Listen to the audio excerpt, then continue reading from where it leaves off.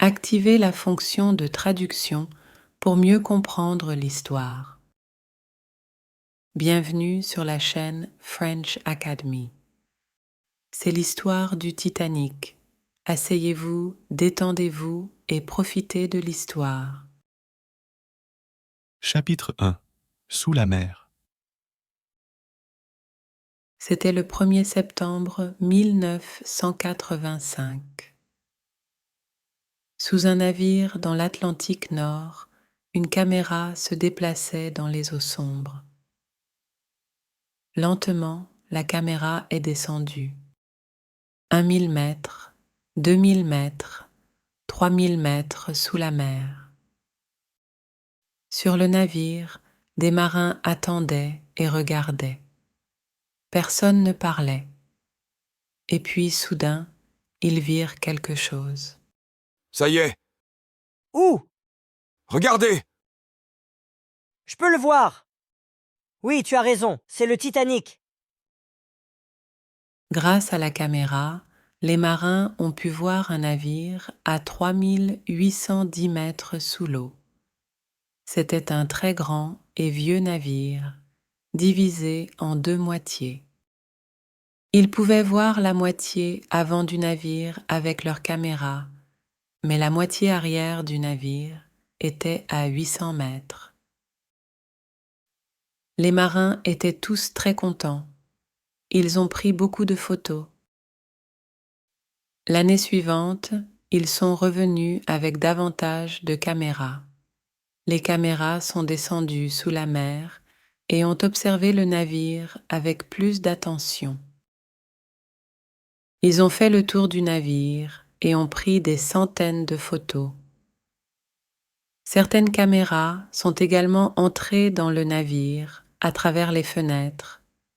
Plus tard, il y a eu un film sur le navire. Des gens du monde entier ont regardé le film et vu les photographies dans les journaux. Mais qui a construit le Titanic? Qu'est-ce qui lui est arrivé? Pourquoi s'est-il brisé en deux et a coulé au fond de la mer? Et qu'en est-il des gens à bord de ce navire? C'est l'histoire du Titanic. Chapitre 2. Le plus grand navire du monde. Plus de 15 000 personnes ont construit le Titanic à Belfast, en Irlande du Nord. Ils ont commencé sa construction en 1909 et l'ont achevé en 1912. Le Titanic était le plus gros navire du monde. 46 000 tonnes, 265 mètres de long et 28 mètres de large. Il avait 3 gros moteurs et pouvait aller à 23 nœuds, ce qui en faisait également l'un des navires les plus rapides au monde. Le Titanic était très sûr. Il comptait 16 compartiments et 15 portes de secours. Lorsque le capitaine fermait les portes de secours, on ne pouvait pas passer d'un compartiment à l'autre. Le nouveau Titanic est beaucoup plus sûr que les anciens navires. Le Titanic était un très beau navire. Les chambres des passagers de première classe, comme Monsieur et Madame John Jacob Astor le 4e, ressemblaient à des chambres dans un hôtel très cher. John Jacob Astor était l'un des hommes les plus riches du monde. Il avait 47 ans, mais sa seconde épouse, Madeleine, n'en avait que 18. Sur le navire, Monsieur et Madame Astor avaient 2 grandes chambres, un salon et 3 autres pièces. Monsieur Astor et sa jeune épouse pouvaient manger dans ce magnifique restaurant et discuter avec des personnes riches et célèbres comme Benjamin Guggenheim, un homme d'affaires américain, le colonel Archibald Gracie, un soldat et écrivain, et M. Isidore Strauss, un homme d'affaires de New York, avec sa femme, Ida. Le capitaine du Titanic, Edward Smith, est également venu manger avec eux. Il y avait beaucoup plus de chambres pour les passagers de première classe. Là, ils pouvaient marcher, lire, fumer et écouter de la musique. Les chambres des passagers de deuxième classe étaient également magnifiques. Elles étaient meilleures que les chambres de première classe de la plupart des navires. Mais la plupart des passagers avaient des billets de troisième classe. Ce gens n'étaient pas riches. Il s'agissait de travailleurs d'Angleterre, d'Irlande et de bien d'autres pays. Carla Jensen était une jeune fille danoise de 19 ans et Anna, 18 ans. Ces deux jeunes femmes voulaient commencer une nouvelle vie en Amérique. Les passagers de troisième classe disposaient de petites pièces appelées cabines sur un pont très éloigné sous les passagers de première classe. Il y avait 4 lits dans chaque cabine. Parfois, les passagers de première classe promenaient leurs chiens sur le pont, car c'était l'espace le plus long du navire.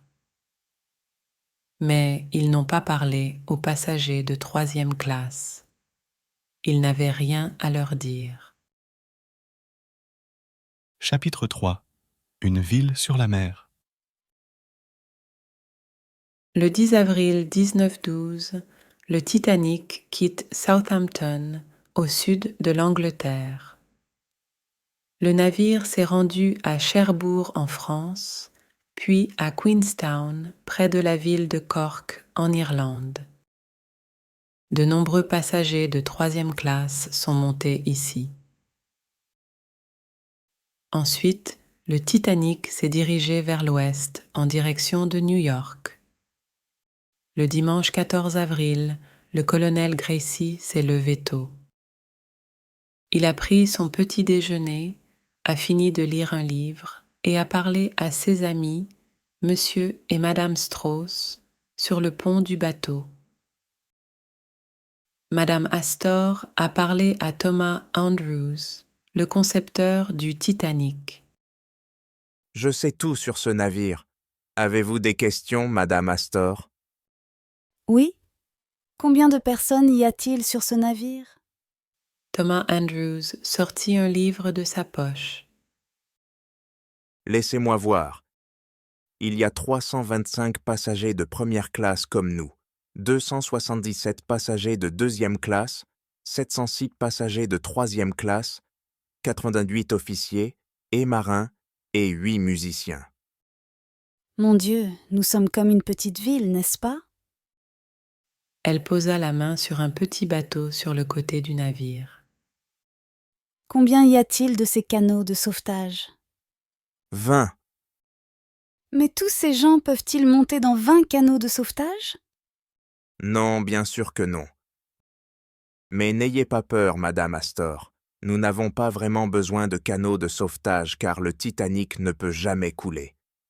C'est le navire le plus sûr au monde. Le président de la White Star Line, J. Bruce Ismay, était enthousiasmé par son nouveau navire. Il a parlé au capitaine Smith. À quelle vitesse le Titanic peut-il aller? A demandé Bruce Ismay. Environ 23 nœuds. Mais nous roulons à environ 18 nœuds maintenant. Nous ne voulons pas arriver à New York un jour plus tôt, n'est-ce pas?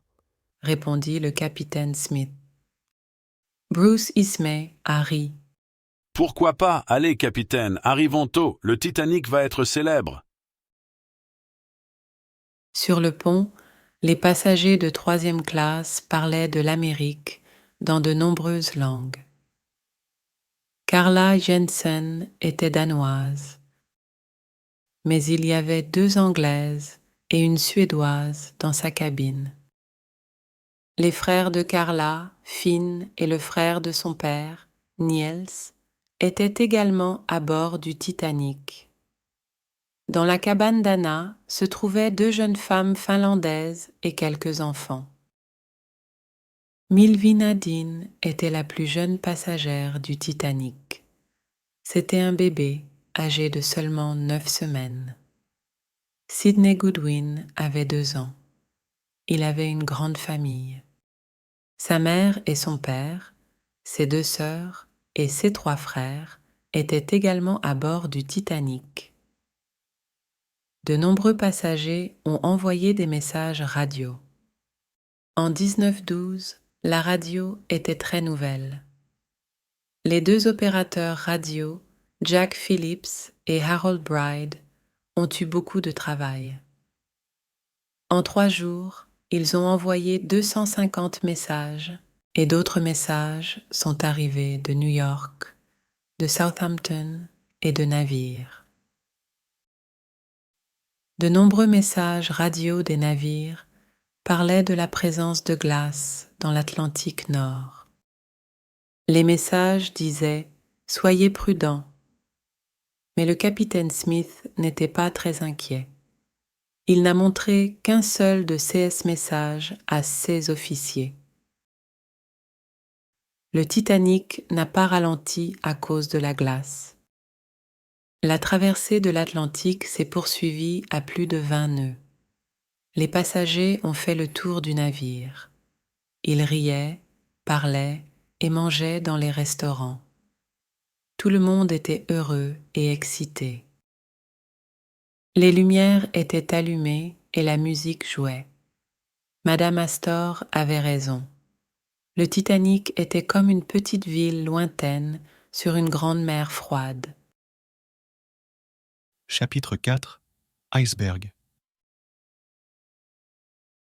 Dans la nuit du 14 avril, il faisait beau et il y avait beaucoup d'étoiles dans le ciel nocturne. La mer était calme, mais très froide. En haut du navire, 2 marins, Fred Fleet et Reginald Lee, regardaient la mer Noire et le ciel. Les 2 hommes avaient très froid. À 11h45, Fleet a aperçu quelque chose devant le navire. C'était très grand et blanc, et ce n'était pas loin. Iceberg! Dit-il au téléphone. Il y a un iceberg devant le navire. Merci. Répondit le premier officier Murdoch. Tournez vite à gauche. Dit-il à Robert Hitchens, le marin à côté de lui. Mais les gros navires tournaient beaucoup plus lentement que les petits, et le Titanic était le plus gros navire du monde. Pendant 37 longues secondes, rien ne s'est passé. Le Titanic s'est dirigé vers l'iceberg, 1 million de tonnes de glace à 40 km/h. Puis, très lentement, le navire commença à tourner à gauche. Fleet et Lee regardaient, la bouche sèche. L'iceberg se rapprochait de plus en plus. Ils ont entendu le bruit lorsqu'il a heurté le côté droit du navire. Ils pouvaient voir de la glace sur le pont. Ensuite, l'iceberg est passé derrière le navire, s'éloignant dans la nuit noire. Le visage du premier officier Murdoch était blanc. « Arrêtez rapidement les moteurs !» a-t-il dit. Les moteurs se sont arrêtés et le Titanic s'est déplacé de plus en plus lentement. Ensuite, ça s'est arrêté. De nombreux passagers dormaient et n'entendaient rien, mais le colonel Gracie l'a entendu. Il a regardé sa montre. Il était 11h45. Il ouvrit la porte de sa cabine et regarda dehors. C'était très calme. « Pourquoi n'entends-je pas les moteurs ?» Il pensait. Il enfila un manteau chaud et sortit sur le pont. Certains passagers ont vu la glace sur le pont et ont ri.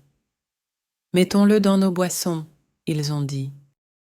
Ils ont joué avec la glace pendant quelques minutes, puis sont rentrés à l'abri du froid. Mais dans les cabines de 3e classe, à l'avant du navire, l'iceberg faisait beaucoup plus de bruit. Lorsqu'il a heurté le navire, de l'eau est entrée dans la cabine de Daniel Buckley. Il se leva et ouvrit sa porte.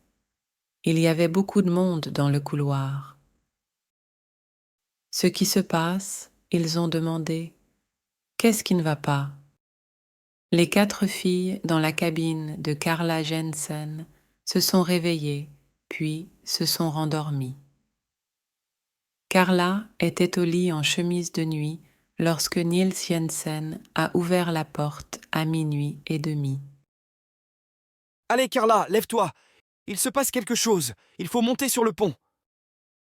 Alors Carla a mis un manteau par-dessus sa chemise de nuit et est montée à l'étage avec Niels. Elle n'a plus jamais revu les filles dans sa cabine. Un homme a également ouvert la porte de la cabine d'Anature. Enfilez vite vos gilets de sauvetage, les filles. Nous allons tous à la mer. Chapitre 5. Urgence. Le capitaine Smith entendit également le bruit. Il se leva rapidement. « Qu'est-ce qui ne va pas ?» a-t-il demandé au premier officier Murdoch. « Quel était ce bruit ?» « Un iceberg, monsieur. » répondit Murdoch. « Je suis vraiment désolé, mais nous avons heurté un iceberg. J'arrête les moteurs lentement. » Le Titanic s'est arrêté. Le grand et beau navire attendait sur la calme mer Noire sous 1000 étoiles. « Fermez rapidement les portes de secours. »« Ils sont fermés, monsieur. » »« C'est bien. Eh bien, bravo. » Lorsque les 15 portes de secours étaient fermées, l'eau ne pouvait pas circuler le long du navire d'un compartiment à l'autre. Mais combien de trous y avait-il dans le navire ? Y avait-il un seul trou dans un compartiment ou y avait-il beaucoup de trous dans plusieurs compartiments ? Le capitaine Smith voulait connaître la réponse rapidement. Le capitaine Smith, le premier officier Murdoch et Thomas Andrews, le concepteur du navire, sont descendus à bord du navire. Ils ont trouvé beaucoup de trous. Il y avait de l'eau dans les compartiments 1, 2, 3, 4 et 5. « À quel point est-ce grave ?» a demandé le capitaine Smith. Le visage de Thomas Andrews était blanc. Il avait l'air très malheureux. « Très mauvais, j'en ai peur. Ce navire va couler. » répondit-il. « Que veux-tu dire ?» dit le capitaine Smith. « Le Titanic ne peut pas couler. Vous avez dit cela à Madame Astor hier. Je vous ai entendu. » « Oui, je sais.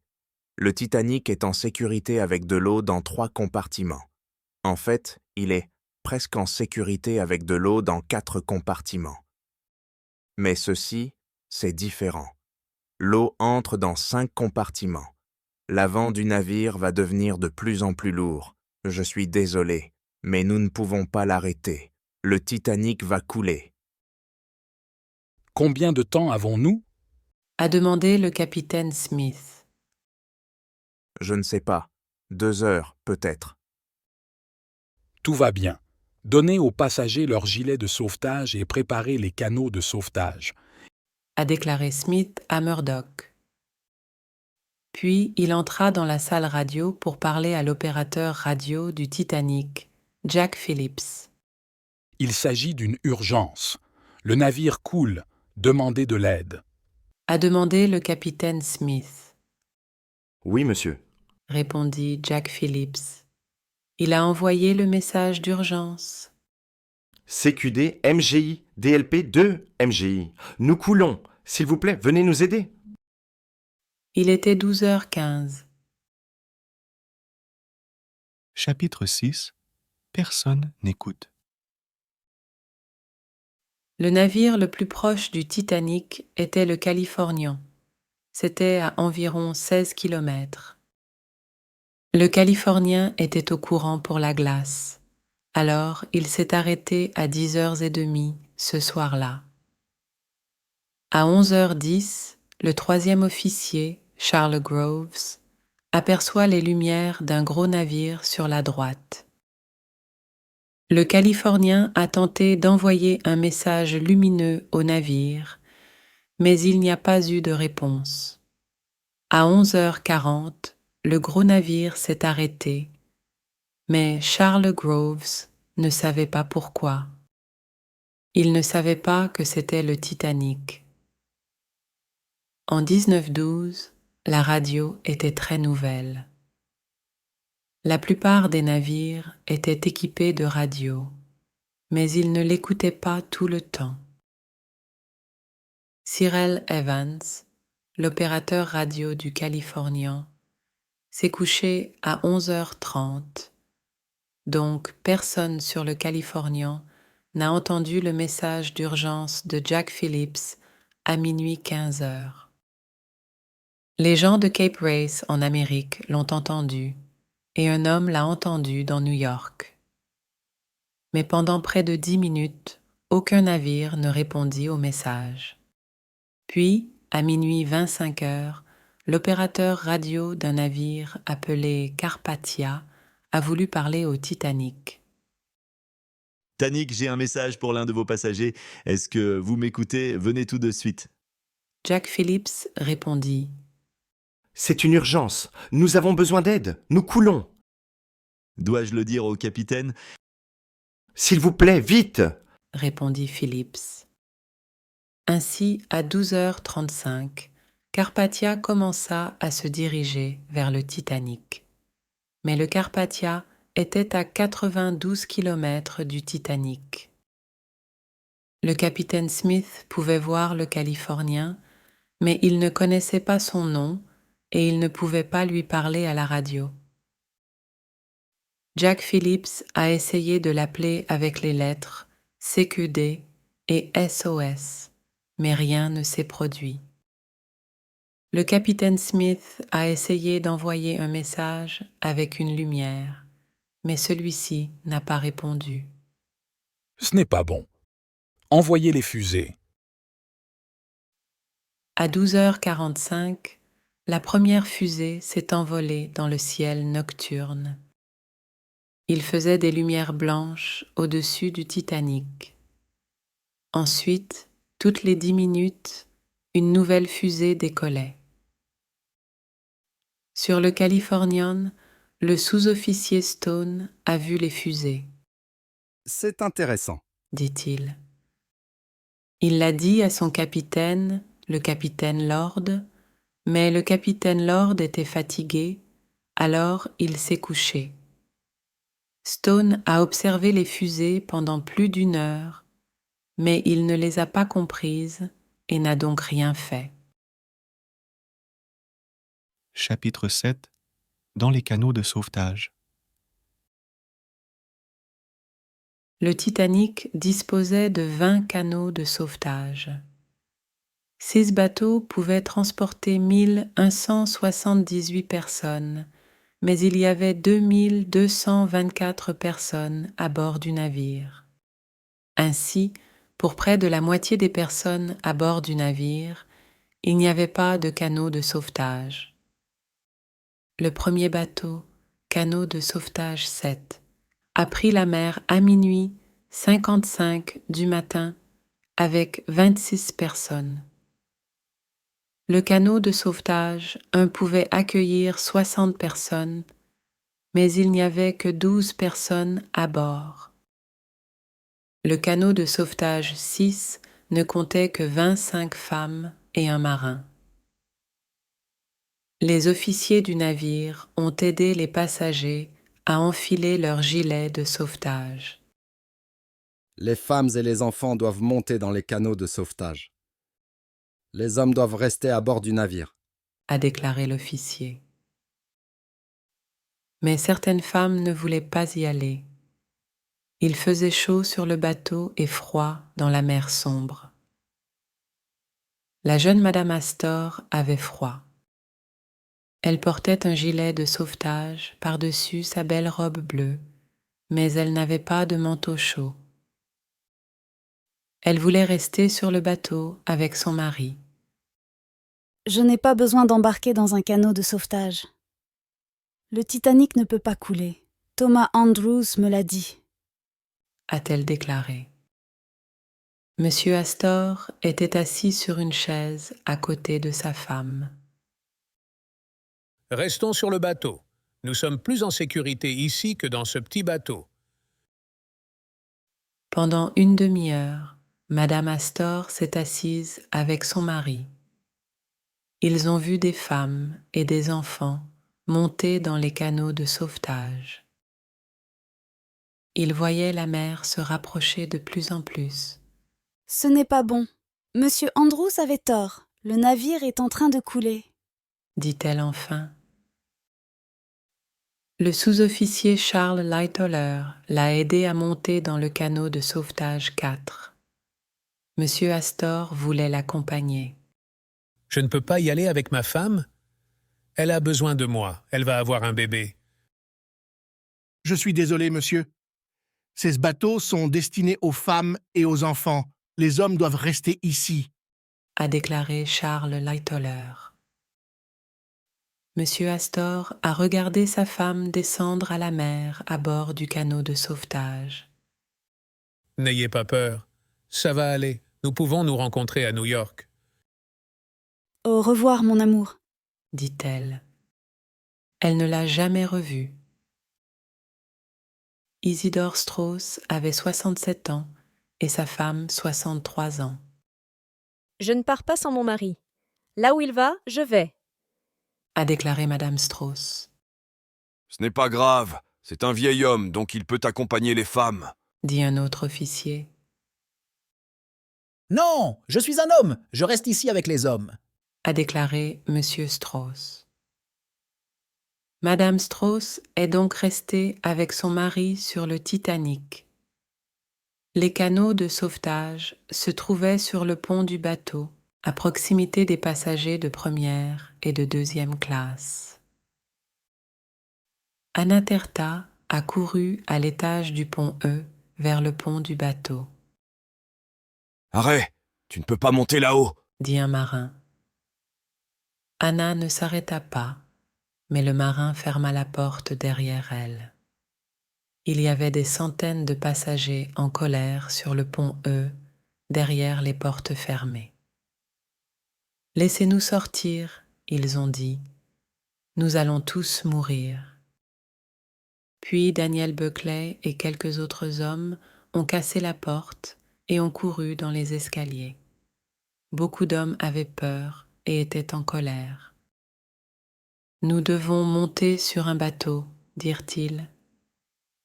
Mais les officiers sur le pont du bateau étaient armés. « Reculez, » ont-ils dit.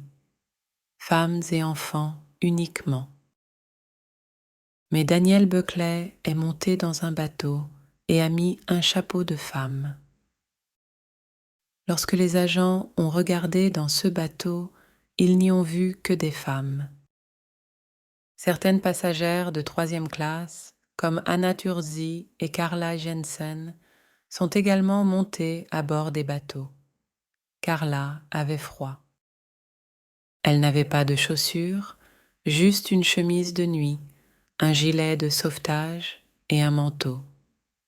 18 des 20 canots de sauvetage du Titanic sont tombés à la mer. Certains ne contenaient que 10 ou 20 personnes. Mais le canot de sauvetage 14 avait le 5e officier Lowe avec 58 femmes et enfants. Après cela, il n'y avait plus que 2 canots de sauvetage, les canots de sauvetage A et B. Chapitre 8. Dans la mer froide et sombre. Les 8 musiciens ne sont pas montés dans les canots de sauvetage. Ils sont restés sur le Titanic et ont joué de la musique, une musique joyeuse pour les gens inquiets. Benjamin Guggenheim, le riche homme d'affaires, et son ami ont regardé les femmes monter dans les canots de sauvetage. Ils restèrent tranquillement debout et écoutèrent la musique. Ensuite, ils ont enlevé leurs gilets de sauvetage et ont enfilé leurs plus beaux manteaux. « Maintenant, nous sommes prêts à mourir », ont-ils déclaré. Aidez les passagers. Le navire baisse. Vous ne pouvez plus faire. A déclaré le capitaine Smith aux marins. Thomas Andrews, le designer du Titanic, n'a rien dit. Que pourrait-il dire? Le deuxième officier Lightoller et le colonel Gracie voulaient déplacer les canots de sauvetage A et B. Mais ce n'était pas facile. L'eau est revenue le long du navire de plus en plus vite. Le canot de sauvetage A est entré dans la mer. Au début, il n'y avait personne à bord, mais ensuite des hommes sont montés à bord. Le canot de sauvetage B est entré dans la mer à contresens. Soudain, le navire bougea et le colonel Gracie et Charles Lightoller tombèrent dans la mer glacée. Ils ont parcouru un long chemin sous l'eau. « Je vais mourir », pensa le colonel Gracie. Puis, finalement, ils sont arrivés et ont nagé jusqu'au canot de sauvetage B. Mais le canot de sauvetage B n'était pas dans la bonne direction. Ils ne pouvaient pas y entrer, alors ils s'y sont mis. L'opérateur radio Jack Phillips était au sommet du canot de sauvetage B avec le colonel Gracie, Charles Lightoller et 26 autres. L'opérateur radio Harold Bride se trouvait au début sous le canot de sauvetage B. Ensuite, il est sorti à la nage et est monté au sommet. « C'est bien, les garçons, tu vas bien », a déclaré un homme dans l'eau près de la sauvetage B. Mais il n'est pas monté sur le bateau et, après un certain temps, il est mort. Qui était-ce? Demandèrent les hommes. Le capitaine Smith regarda autour de lui. Peut-être que l'avant du navire s'est effondré et qu'en même temps, l'arrière du navire s'est remonté. Pendant 2 minutes, l'arrière du navire monta lentement, de plus en plus haut. De nombreuses personnes sont tombées du navire dans la mer.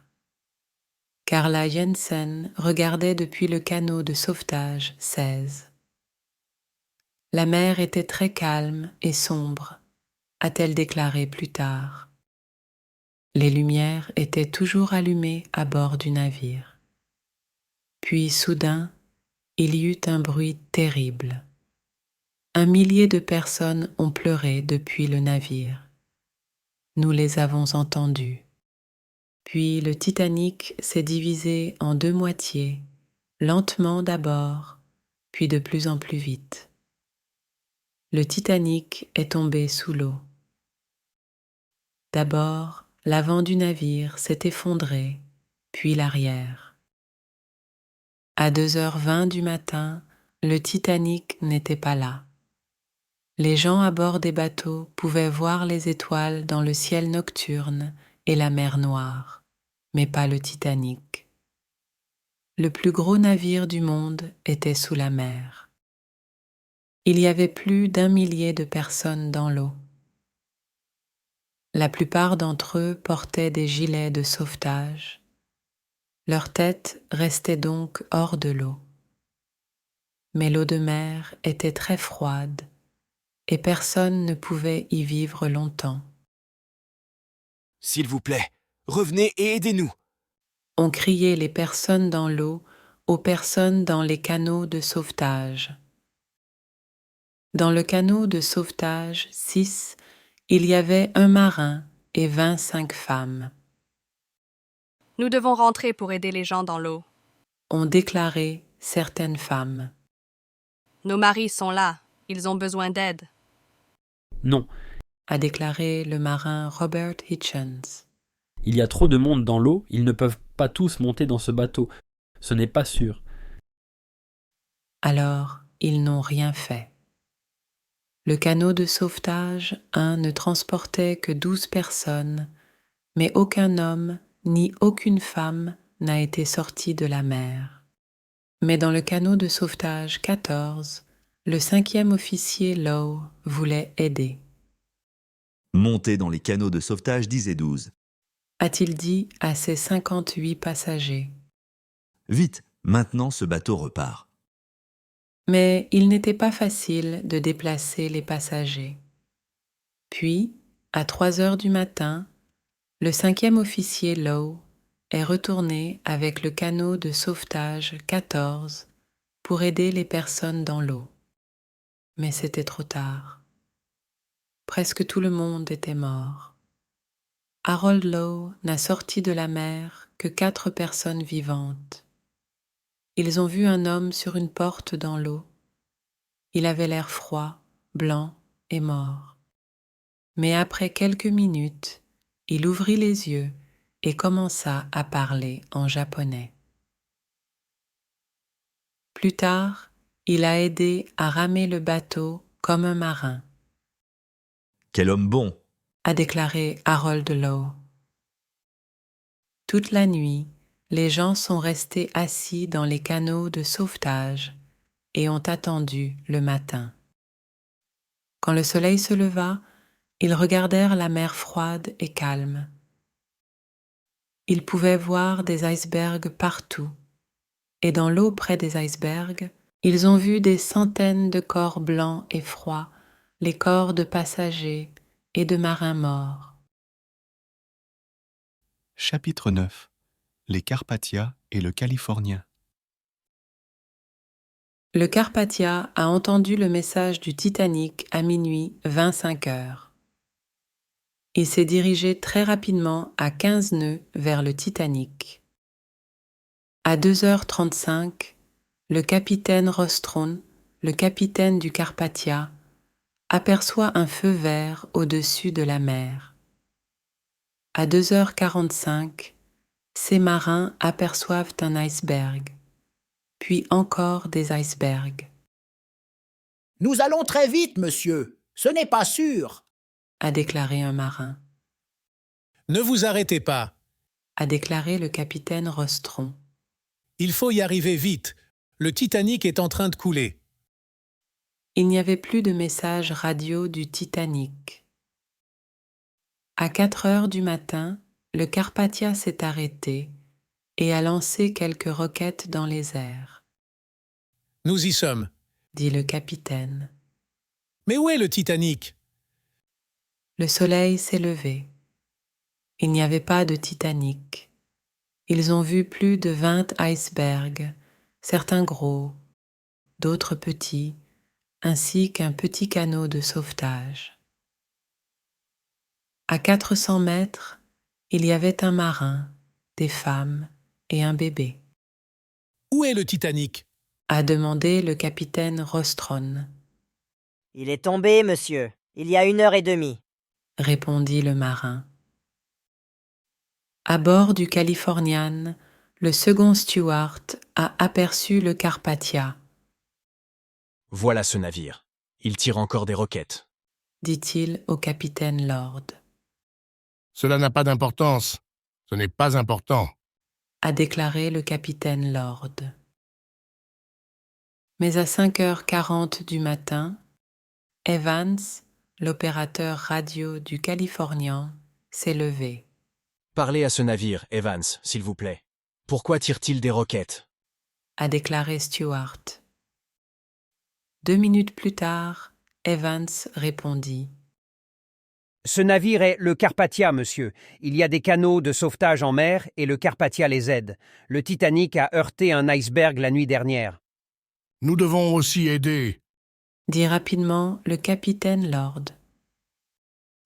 Le Californien se dirigea donc vers les Carpathias. Mais il était près de 6 heures du matin, plus de 5 longues heures après que le Titanic ait eu besoin de leur aide. Petit à petit, d'autres canots de sauvetage sont arrivés au Carpathia. Le canot de sauvetage B a commencé à couler et les personnes à bord du bateau sont montées sur le canot de sauvetage 12. À 8h30 du matin, le canot de sauvetage 12 est arrivé au Carpathia avec 75 personnes. Il y avait beaucoup d'eau dans le bateau et tous les passagers étaient fatigués et avaient froid. C'était le dernier canot de sauvetage du Titanic.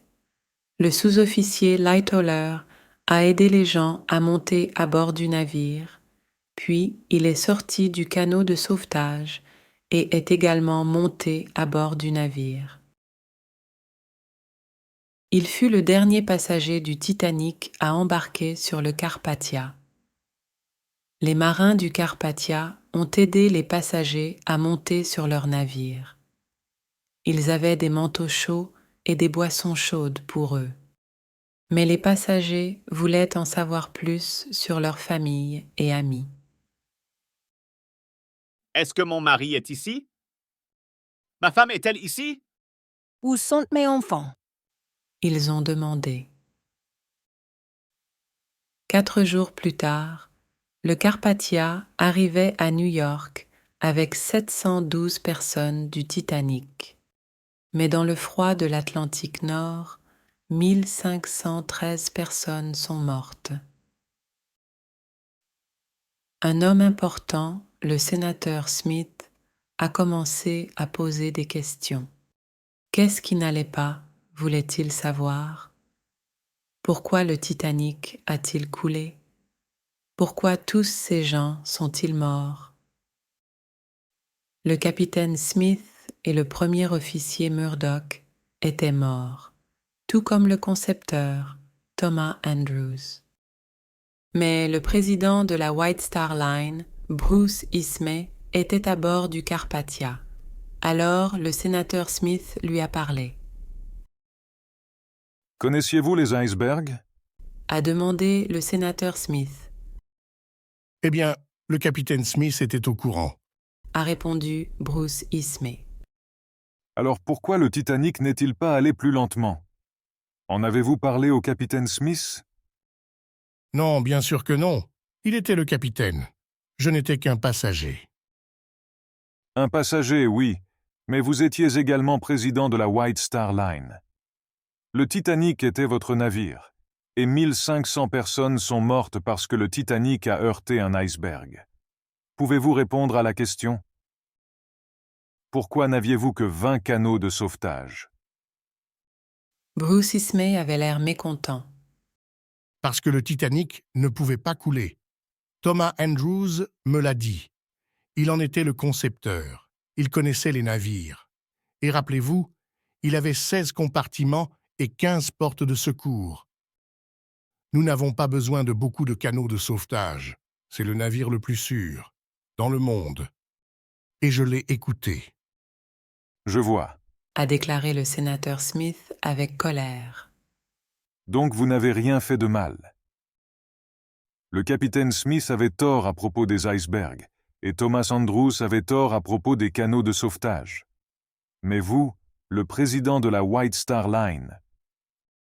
Je n'étais qu'un passager, a déclaré Bruce Ismay. Chapitre 10. La vie après le Titanic. Qu'est-il arrivé aux gens du Titanic? Le navire américain Mackay Bennett a découvert des centaines de cadavres en mer. L'un des corps était John Jacob Astor. Il fut enterré à New York en mai 1912. En août 1912, Madame Astor eut un bébé. Elle l'appelait John Jacob Astor, le même nom que son père. Madame Astor est décédée en 1953.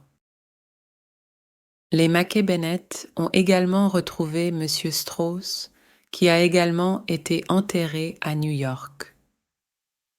mais ils n'ont pas retrouvé sa femme. De nombreux corps sur le Mackay Bennett n'avaient pas de nom. L'un des corps était celui d'un bébé âgé de 2 ans. Personne ne connaissait son nom, alors on l'appelait l'enfant inconnu. Aujourd'hui, nous savons qu'il s'agissait de Sidney Goodwin. Sa mère et son père, ses 3 frères et ses 2 sœurs sont également morts dans la mer. Le petit Sidney, comme beaucoup de passagers du Titanic, a été enterré à Halifax, en Nouvelle-Écosse, au Canada. Mais Melina Dean, la plus jeune passagère du Titanic, n'est pas morte. Elle a quitté le Titanic à bord du canot de sauvetage 10 avec sa mère et son frère. Plus tard, ils retournèrent en Angleterre à bord d'un autre navire, White Star, l'Adriatique. Toutes les passagères de l'Adriatique voulaient la serrer dans leurs bras. Finalement, l'un des agents a déclaré « Aucun passager ne peut retenir Melina pendant plus de 10 minutes. » Le colonel Archibald Gracie a écrit un livre sur le Titanic, mais il ne s'est jamais vraiment rétabli après son séjour en mer. Il mourut en décembre 1912 et ses derniers mots furent « Nous devons tous les mettre dans les bateaux. » Ce n'était pas facile pour Anataria en Amérique. Elle ne connaissait personne là-bas et ne parlait pas anglais. Un médecin d'un hôpital de New York a écrit son nom sur son bras et l'a mise dans un train pour rejoindre son frère dans l'Ohio. Mais Anna était une jeune femme belle et sympathique. Elle a rencontré son mari dans l'Ohio et ils ont eu 7 enfants. Elle est décédée en 1982 à l'âge de 89 ans. Carla Jensen est retournée au Danemark. Elle a rencontré son mari et ils ont eu 3 enfants. Elle est décédée le 14 mars 1980 et a été enterrée dans sa vieille chemise de nuit du Titanic. Daniel Buckley part en France en 1914 pour devenir soldat. Il mourut en 1918. Jack Phillips mourut de froid dans le canot de sauvetage. Son ami Harold Bride, le 2e opérateur radio, rentra chez lui en Écosse. Il y rencontra sa femme et ils eurent 3 enfants. Il est décédé en 1956 à l'âge de 66 ans. Le 5e officier Harold Lowe est décédé en mai 1944 au pays de Galles. Le sous-officier Charles Lightoller a eu une vie passionnante après le Titanic. Il a travaillé sur un navire White Star appelé Océanic, mais en 1914, l'Océanic a également coulé. Il travaille ensuite sur un navire appelé le Falcon, mais le Falcon coule également en 1940. À l'âge de 66 ans, il part avec son fils Roger dans son petit bateau appelé Sundowner à Dunkerque en France. Le Sundowner n'était pas beaucoup plus gros qu'un des canots de sauvetage du Titanic, mais il transportait 1940 soldats chez eux de l'autre côté de la mer jusqu'en Angleterre. Charles Lightoller est décédé en 1952 à Londres, à l'âge de 78 ans. Bruce Ismay est rentré chez lui en Angleterre et la White Star Line a terminé son nouveau navire, le Britannique. Mais la vie ultérieure d'Ismay n'a pas été heureuse. Il ne pourrait jamais oublier le Titanic. Il existe de nombreuses histoires sur le Titanic. Un homme du nom de Walter Lord a parlé à des centaines de passagers et de marins et, en 1956, il a écrit à leur sujet dans son livre « Une nuit à se souvenir ». En 1957, il y avait un film du livre intitulé « Une nuit inoubliable ». Anatura est allée voir le film, mais elle ne parlait pas anglais. Son fils a donc regardé le film avec elle et lui en a parlé. Mais Anna ne comprenait pas vraiment les films.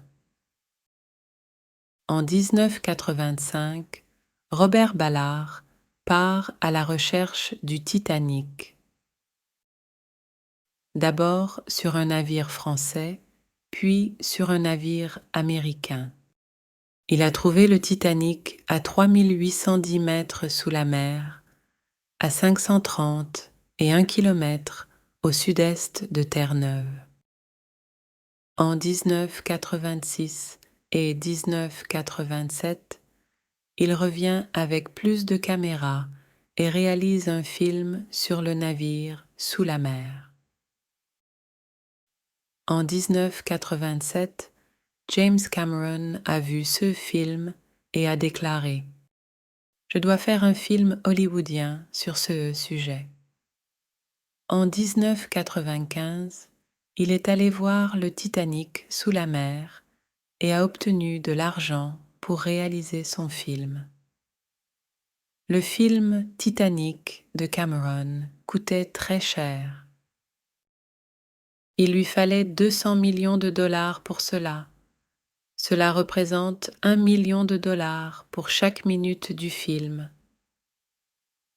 Dans le film, Kate Winslet, une jeune fille riche, rencontre Leonardo DiCaprio, un garçon pauvre. Quand le navire coule, le garçon meurt, mais la fille vit. Plusieurs années plus tard, la jeune fille est devenue une vieille dame. Elle retourne voir le navire sous la mer et raconte son histoire.